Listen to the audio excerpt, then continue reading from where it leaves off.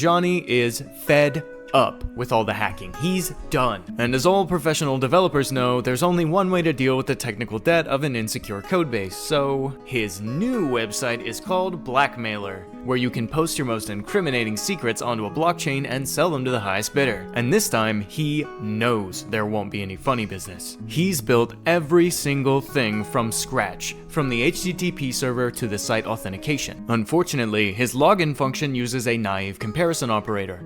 Little does Johnny know, those are optimized to return false as soon as a character mismatch is found. So, where the password is ABCD, an input of AB will have a larger timing window than any other two-character combination. An input of ABC will have a larger timing window than any other three-character combination, and so on. This technique that can be used to steal information such as passwords is known as a timing attack. While they have been historically considered a hypothetical vuln that isn't practical in the wild, the reason comes down to losing the timing window in the noise. In an ideal environment, say on the same physical machine, these microsecond level differences are obvious. In practice, however, real networks introduce jitter, random variation in latency caused by routing, queuing, congestion, and system load. That jitter can easily be larger than the timing windows we're trying to measure, making it extremely difficult to tell what is a valid input taking longer and what is an invalid input that had more jitter than an average request. So, what's a modern attacker to do? In the past, attackers would have to send tens or hundreds of thousands of requests and use statistical analysis to detect variations all the way down to 10 microseconds.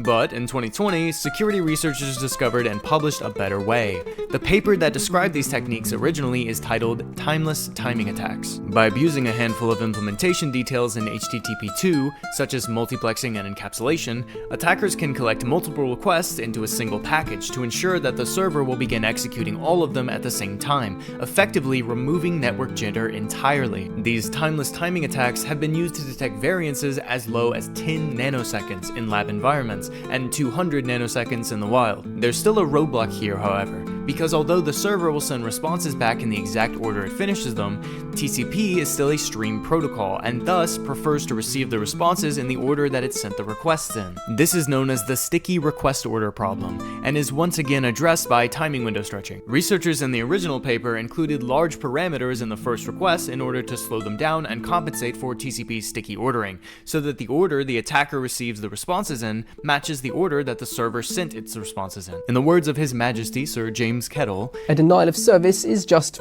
a really easy timing attack. And now, the true timing window of each input is clearly distinguishable, and thus, Mr. Attacker can steal the password of every user on Johnny's website, character by character.